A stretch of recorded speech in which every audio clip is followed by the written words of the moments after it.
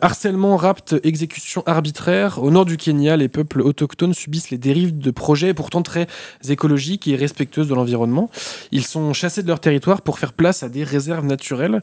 Nouvelle forme de domination et de ségrégation, le colonialisme vert. Alors peut-être avant de rentrer dans les détails, Antoine, c'est quoi le colonialisme vert ? Donc en fait, c'est un peu une poursuite de la colonisation. Ça découle, ça part de là, hein, de la colonisation, notamment au 19e.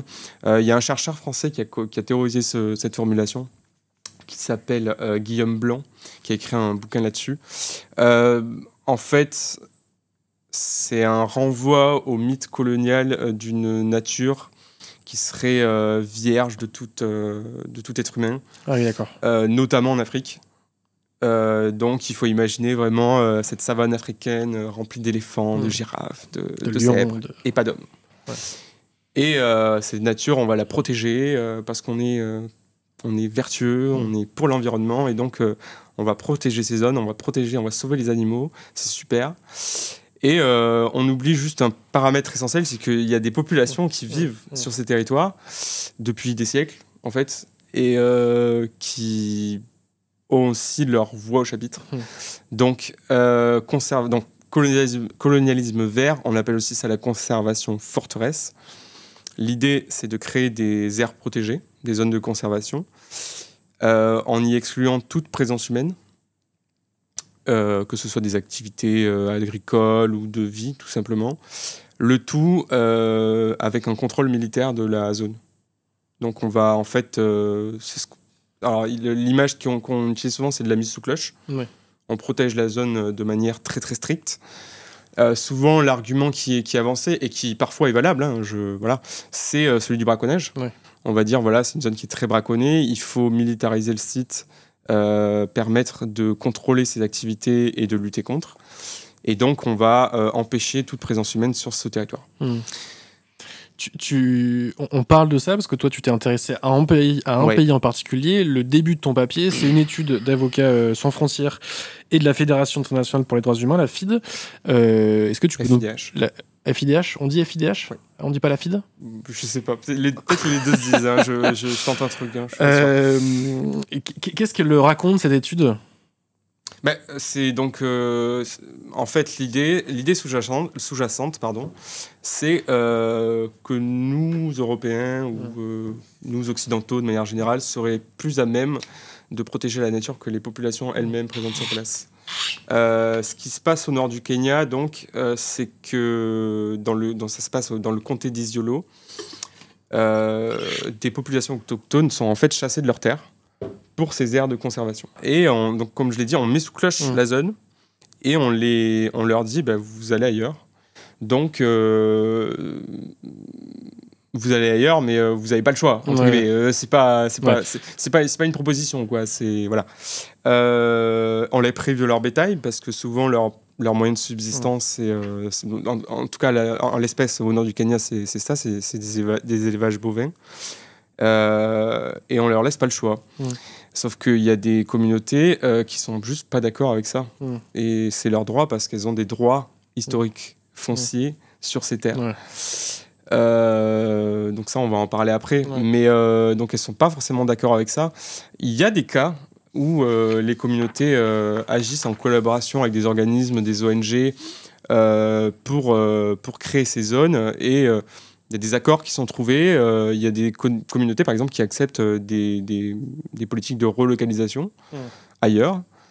Mais c'est pas le cas de tout le monde. Et si, sur le principe, créer des aires de conservation, ça peut paraître vertueux, on peut se dire c'est fantastique, on va laisser la nature se régénérer elle-même et on va la dénuer en fait, de toute empreinte anthropique. Donc c'est vertueux sur le papier, mais en pratique, toutes ces zones dont on parle, elles sont pas forcément dépeuplées. Il y a des gens qui vivent là, en fait. Mais surtout que j'imagine les gens qui vivent là, les peuples autochtones, sont pas forcément ceux qui détruisent. Au contraire, mais comme tu disais, elles dépendent en fait de l'endroit où elles habitent, où elles vivent, avec le bétail, avec l'agriculture, etc. Donc j'imagine que c'est pas ces peuples-là qui sont responsables de la destruction d'un environnement. Pour donner un exemple, c'est ce qui s'est passé en Tanzanie. pour les populations Maasai, même principe. Et un des arguments qui a été utilisé par les autorités tanzaniennes, c'est de dire que comme les populations Maasai augmentaient de manière significative, leur élevage bovin augmentait par là même de manière significative.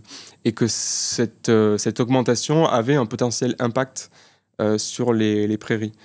Mais en fait, tout ça, c'est vraiment risible. On parle de populations autochtones qui ont un mode de vie et une empreinte carbone qui est quasi nulle. Enfin, je veux dire, c'est complètement... il peut y avoir un débat sur la question des populations et de dire qu'il faut, non pas réguler bien évidemment, mais justement impliquer ces populations dans la défense des territoires, la préservation de l'environnement, de la biodiversité, de la faune, de la flore. Mais d'abord, ces populations-là, au travers de leur culture, leur mode de vie, ont un lien avec la terre, ont un lien avec la nature. C'est pas des gens qui ont une visée productiviste des terres. Enfin, je veux dire, et croire l'inverse, c'est être complètement à côté de la plaque. Donc voilà. Et souvent, ce genre d'argument est avancé, et c'est comme ça qu'on les expulse manu militari. Donc parfois, c'est fait de manière un peu on va dire, au travers d'accords, mais c'est jamais très clair. Des fois, sur certains projets, on va leur proposer de signer un accord, mais ils savent pas lire. Parce qu'en fait, c'est pas leur langue qui est sur l'accord. Donc, on veut leur faire signer ce texte, mais ils ne peuvent pas le lire parce qu'ils ne savent pas le lire, tout simplement. Il y a plein de choses comme ça. Et parfois, ça peut être très grave. Parfois, parce qu'encore une fois, on parle de présence militaire. Donc, il y a des cas où, on va peut-être en parler après, mais par exemple, en Inde, la création de parcs nationaux qui ont entraîné des dizaines de morts. Et ça, c'est des ONG qui suivent ça très souvent et des populations qui ne veulent pas partir de chez elles. Parce que tu veux dire, il y a un pays ou une organisation qui dit cet endroit-là, on le met sous cloche, maintenant il est préservé de toute présence humaine. C'est les États, en théorie, qui ont ce rôle-là, qui jouent ce rôle-là sur leur propre territoire.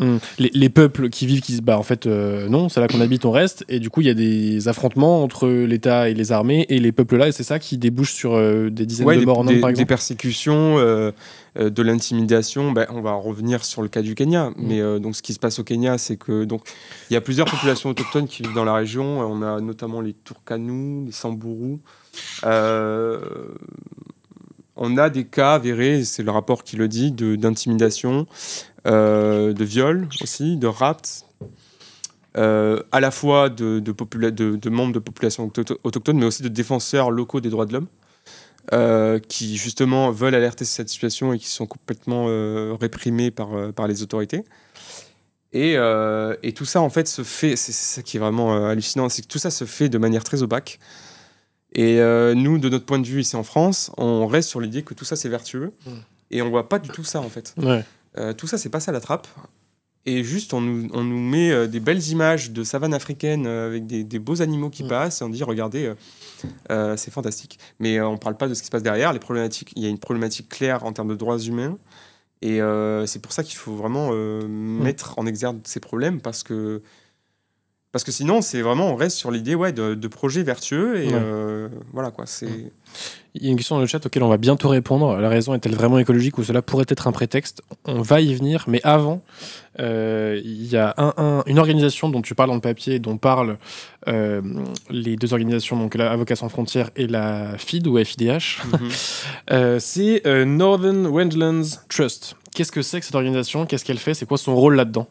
J'ai pas trop d'éléments là-dessus. De ce que j'ai compris, c'est une organisation cadre qui regroupe tout un tas d'organisations communautaires issues des parcs nationaux et qui aujourd'hui chapeaute, je crois, c'est 45 projets de conservation au Kenya. Donc elle a fait un business de... C'est un business. En fait, il y a deux principales choses à retenir quand on crée ces aires de conservation. Donc là, en l'occurrence au Kenya, soit on fait des parcs touristiques, donc c'est du safari.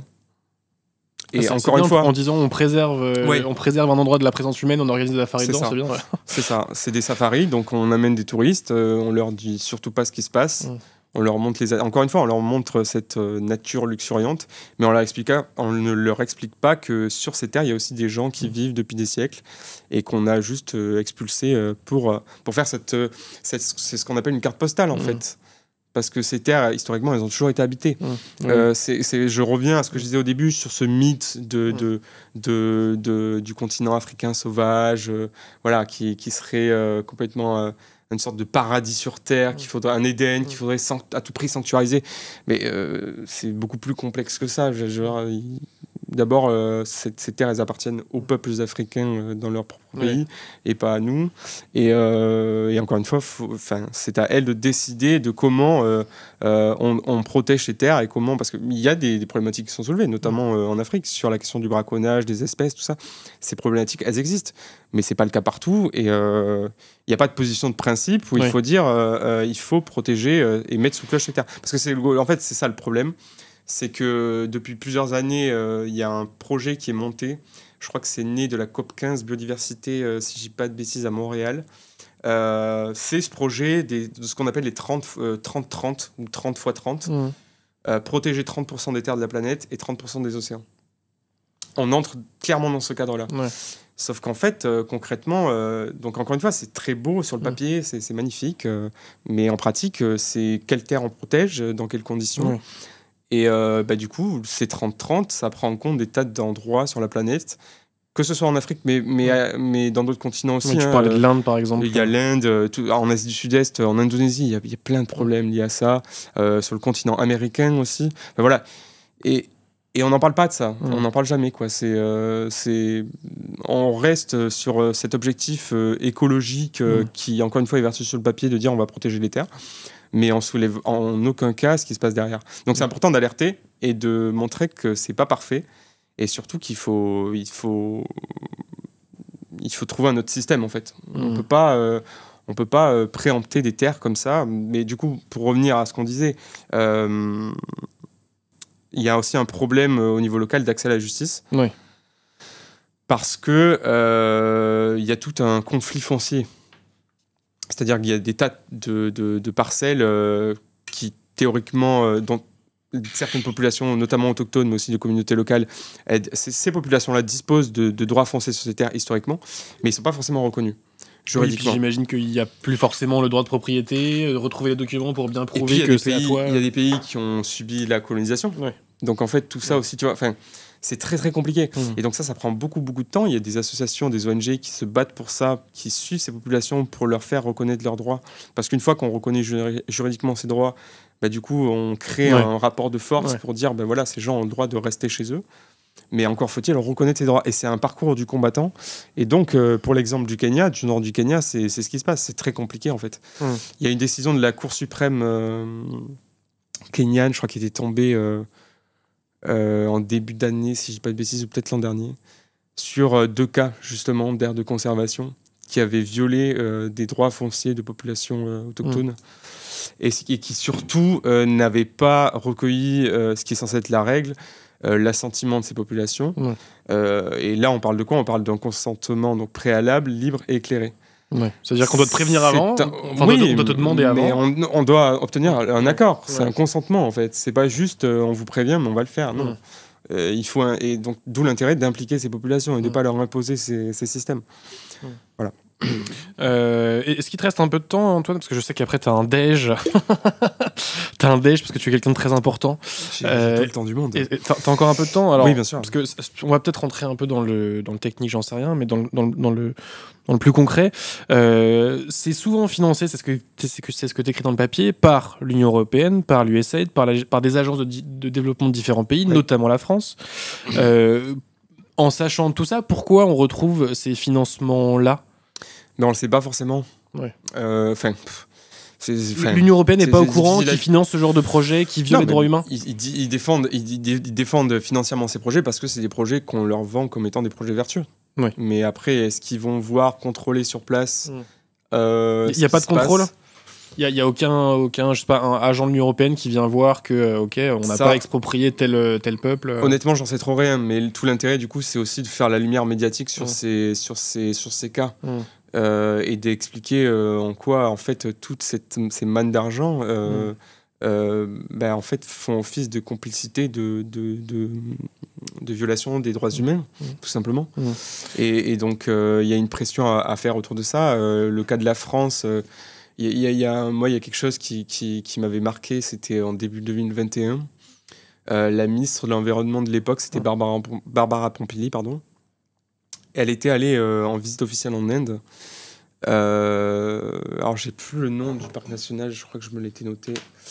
C'est le parc dont tu parlais tout à l'heure. Le parc où de il y a... Kaziranga, en Inde. Comment t'écris ? Donc Kaziranga.